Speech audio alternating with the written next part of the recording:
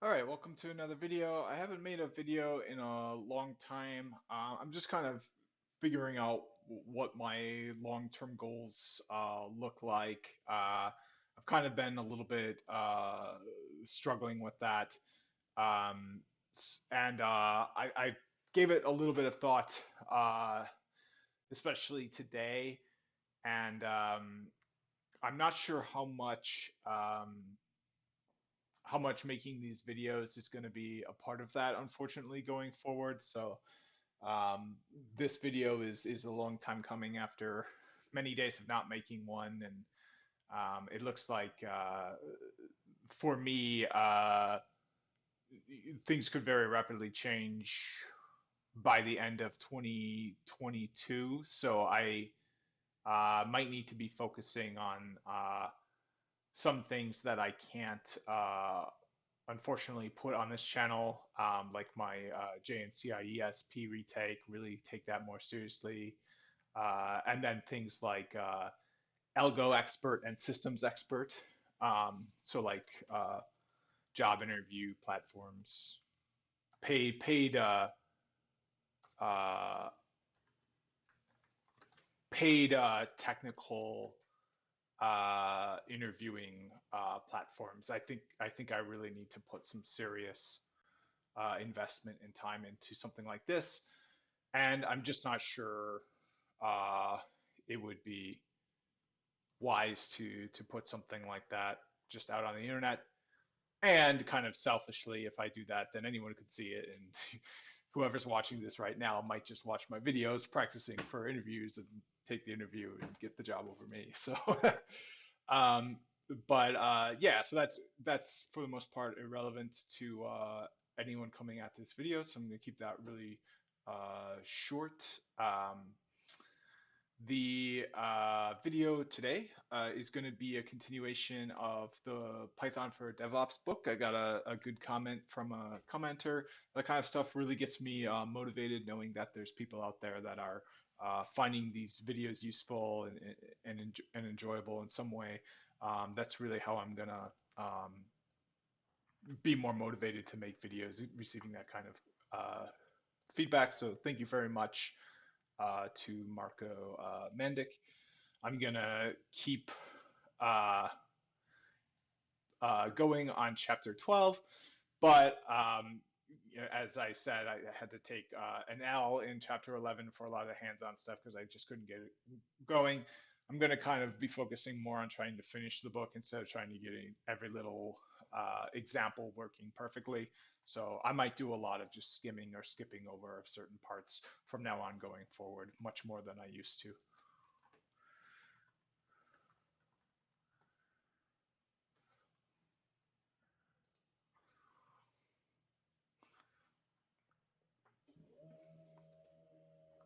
Okay, so I believe, yep, so I've got a bookmark here at location 7641. So this is launching a GKE Kubernetes cluster in GCP with Pulumi.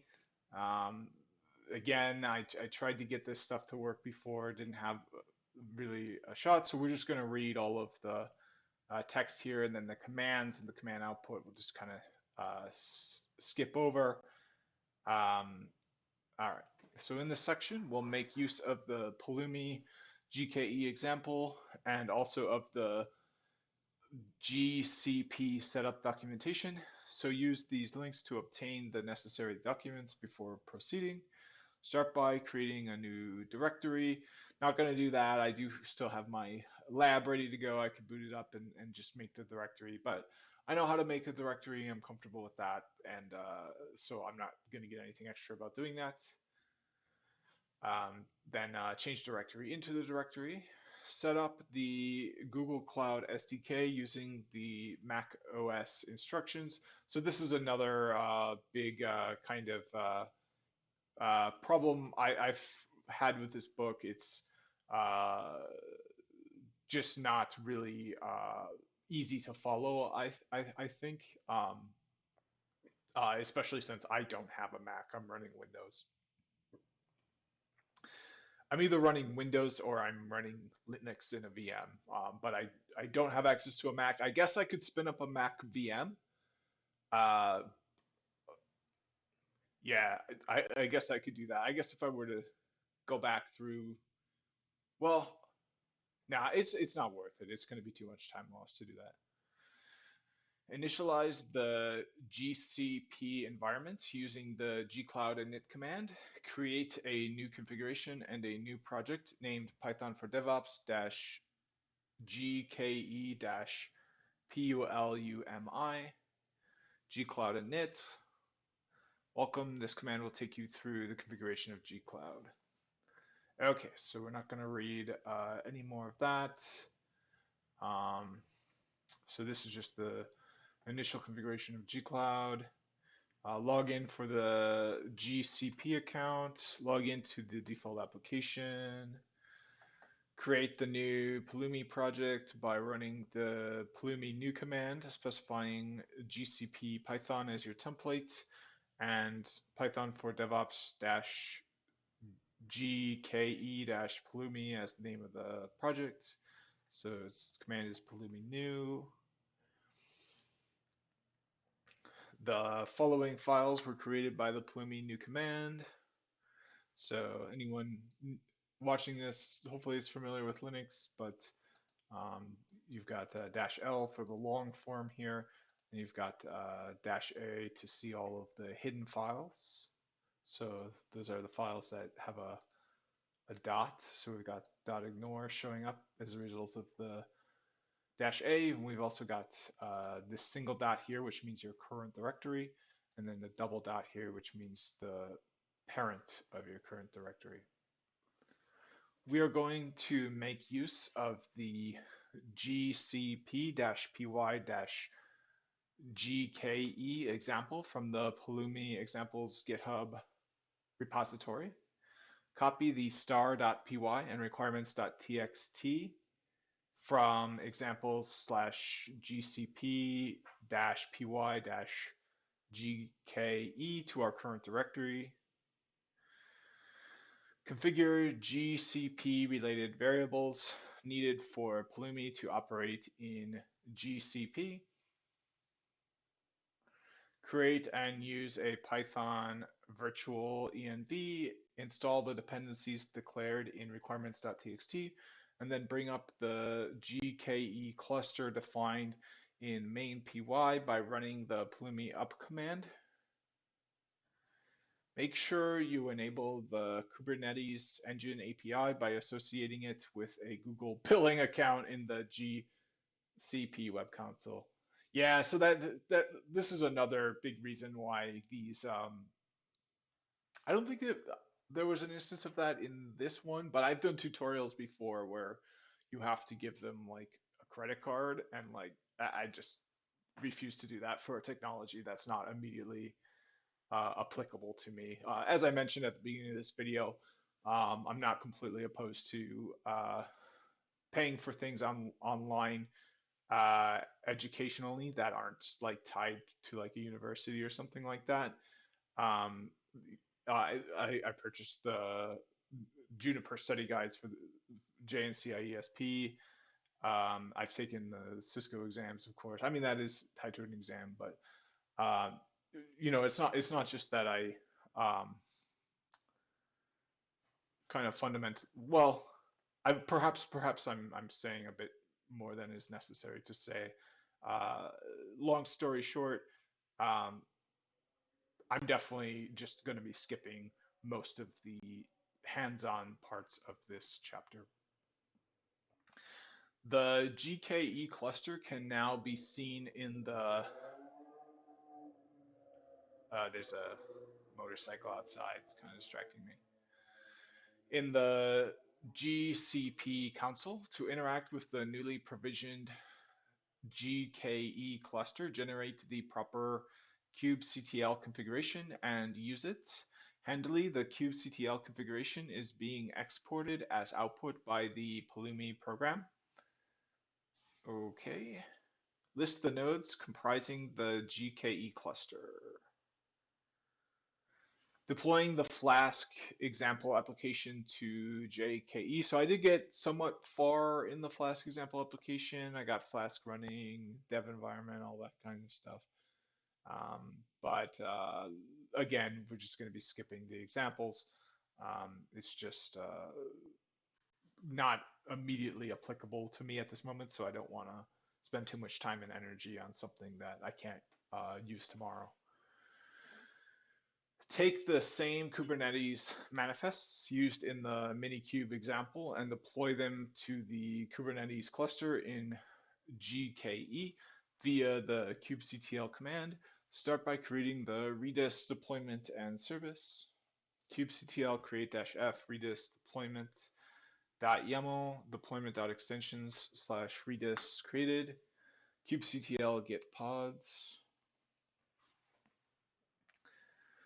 Create a persistent volume claim to be used as the data volume for the PostgreSQL database. I wish I knew more about databases. I guess that's another thing I could do is sign up for. I'll probably learn about it if I sign up for the Algo Expert stuff. I don't know. Yeah, I don't know. As I said, I recently have been struggling a lot with understanding kind of what good long-term uh, goals are for me.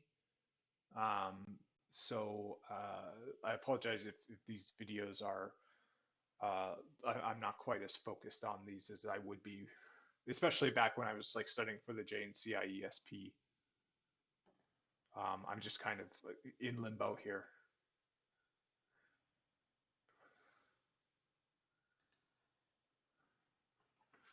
We hit a snag when trying to create the DB deployment. Gke provisioned a persistent volume that was mounted as /var/lib/postgresql/data, and according to the error message above, was not empty. Delete the failed DB deployment. There we go. Create a new temporary pod used to mount the same DB data persistent volume claim s/data inside the pod so its file system can be inspected. Launching this type of temporary pod for troubleshooting purposes is a useful technique to know about. Okay. All right. Use kubectl exe to open a shell inside the pod so /data can be inspected. Note how /data contained a directory called lost and found that needed to be removed. Delete the temporary pod. Create the DB deployment again, which completes successfully this time.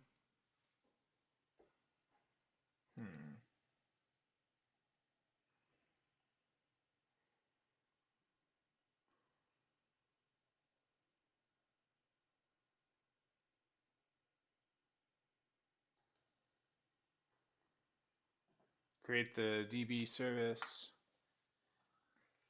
Create the secret object based on the base64 value of the database password. The plain text value for the password is stored in a file encrypted with SOPs.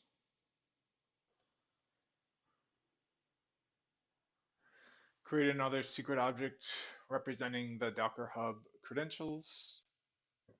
Since the scenario under consideration is a production type deployment of the application to Gke, set replicas to 3 in worker deployment.yaml to ensure that 3 worker pods are running at all times. Make sure that 3 worker pods are running.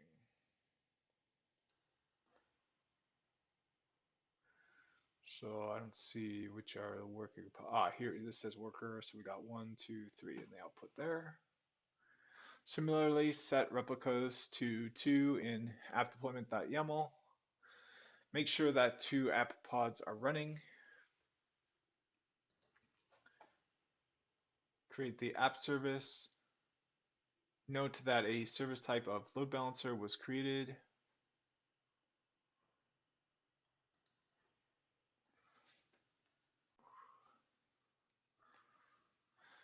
Test the application by accessing the point URL based on the UP address. What's a UP? Based on the IP address corresponding to load balancer ingress. We have demonstrated how to create Kubernetes objects such as deployments, services, and secrets from raw Kubernetes manifest files. As your application becomes more complicated, this approach will start showing its limitations because it will get harder to customize these files per environment. For example, for staging versus integration versus production, each environment will have its own set of environment values and secrets that you will need to keep track of. In general, it will become more and more complicated to keep track of which manifests have been installed at a given time. Many solutions to this problem exist in the Kubernetes ecosystem, and one of the most common ones is to use the Helm package manager. Think of Helm as the Kubernetes equivalent of the Yum and apt package managers. The next section shows how to use Helm to install and customize Prometheus and Grafana inside the Gke Cluster. Installing Prometheus and Grafana Helm charts. In its current version, v2 as of this writing, Helm has a server-side component called Tiller that needs certain permissions inside the Kubernetes cluster. Create a new Kubernetes service account for Tiller and give it proper permissions. All right, so this clearly is the command to create it. I guess this is, I don't see the permissions command, but keep on going here. Download and install the Helm binary for your operating system from the official Helm release page. Then install Tiller with the Helm init command. Create a namespace called monitoring. Install the Prometheus Helm chart in the monitoring namespace. And okay, I am recording audio. That would have been awful if I wasn't. List pods, services, and config maps in the monitoring namespace. Connect to Prometheus UI via the kubectl port forward command.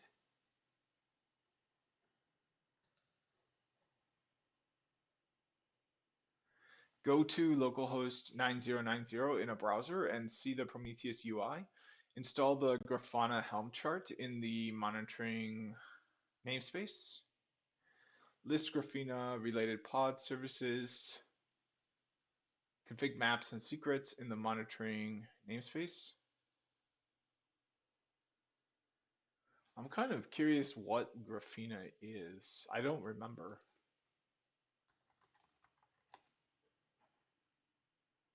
It's an open observability platform. It's a multi-platform open source analytics and interactive visualization web application. It provides charts, graphs, and alerts for the web when connected to supported data sources. Sounds useful.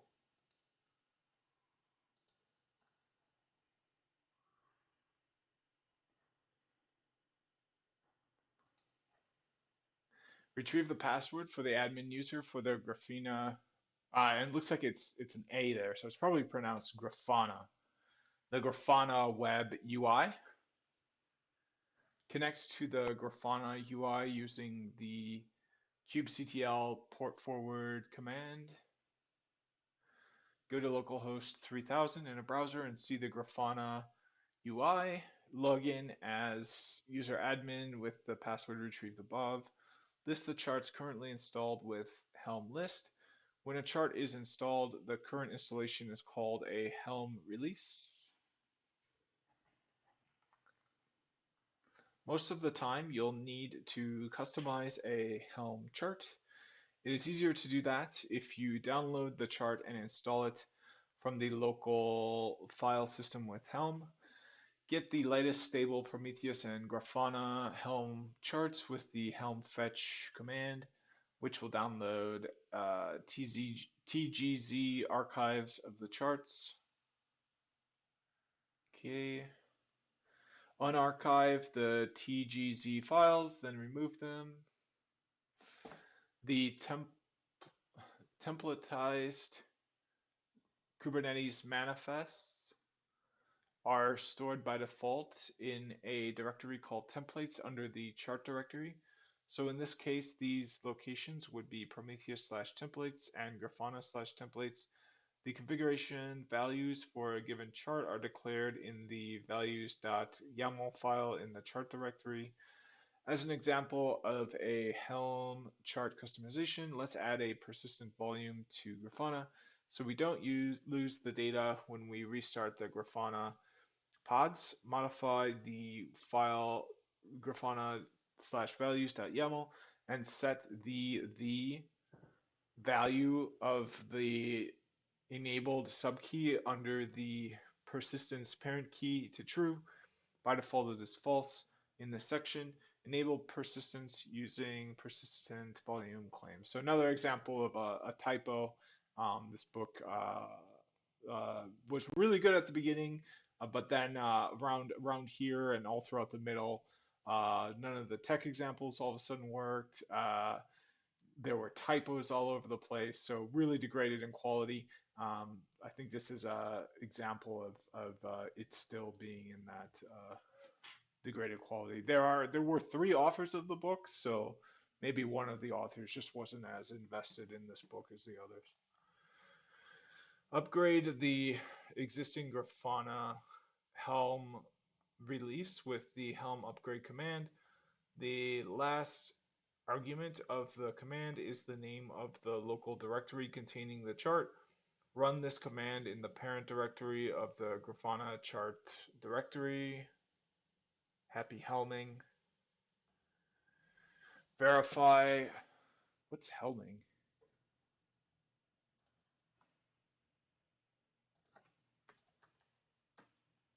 Oh, it's like a particular kind of chart.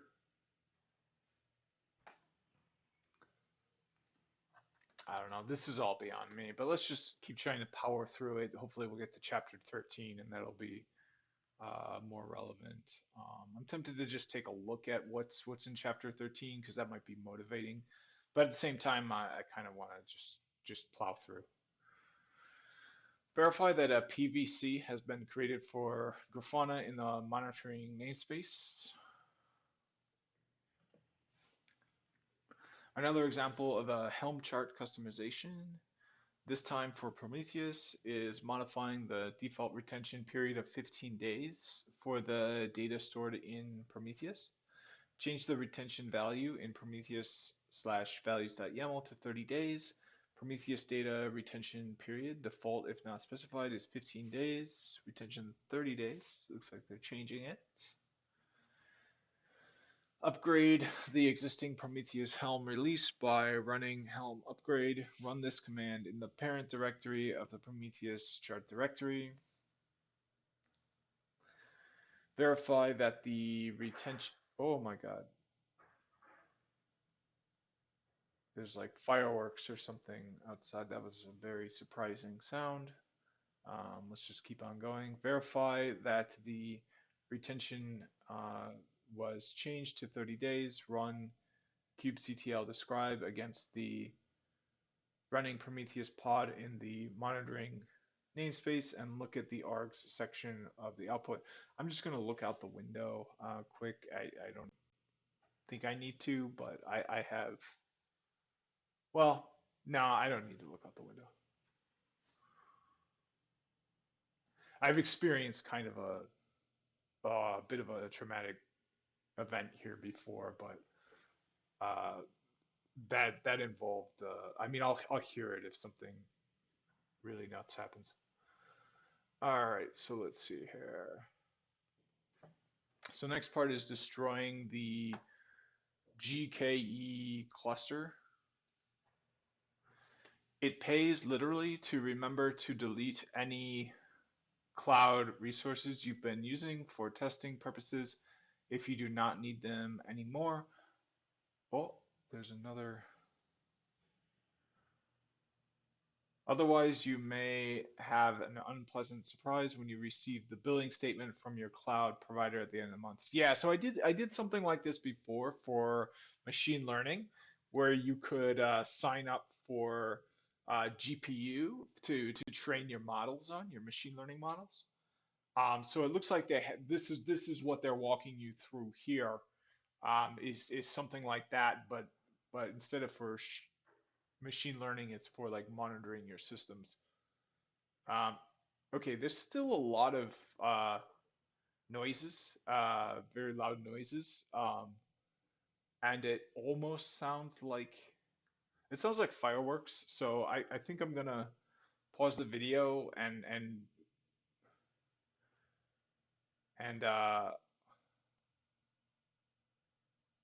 well, let's just keep going. It doesn't matter. It's really distracting me. So I'm kind of tempted to.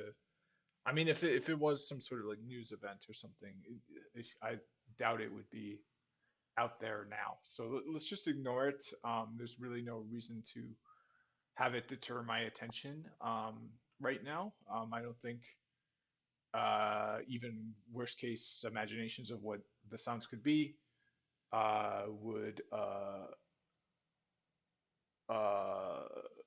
would mean that altered action. I guess I could put on my socks and shoes in case there's an emergency and I have to leave. Um, yeah, you know what? I write that. I'm gonna pause the video, put on my socks and shoes, and then keep going with the video. And if there's some kind of emergency or something, I have my socks and shoes on. Okay, false alarm. Turns out I did just need to look out the window. There's somebody loading a truck out there, so like they're like dropping heavy things like in and out of. I think somebody's like probably moving in or moving out or something, which is pretty common here. It's just like when I first moved in here, like there was an event that kind of put me on edge for sounds like that. But yeah, everything looks really normal when I look out the window, and I clearly see somebody loading a truck, so that's what that noise is.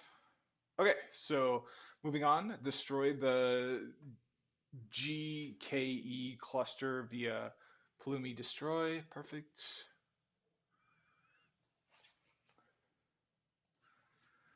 All right, and now we're at the end of this chapter.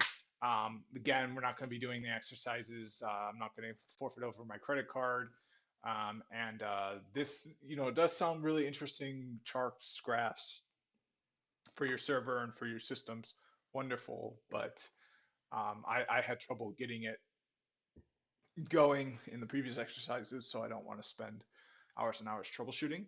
But the first exercise would be to use Google Cloud SQL for PostgreSQL instead of running PostgreSQL in a Docker container on GKE. Then it would be to use the AWS Cloud Development Kit to launch an Amazon EKS cluster and deploy the Amazon application to that cluster. Uh, oh, and I am recording. Okay, perfect. Then it would be to use Amazon RDS PostgreSQL instead of running PostgreSQL in a Docker container in EKS. And then experiment with Kustomize as an alternative to Helm for managing Kubernetes manifest YAML files. Okay, so yeah, sounds interesting, but we're gonna move on. So now the next one is serverless technologies.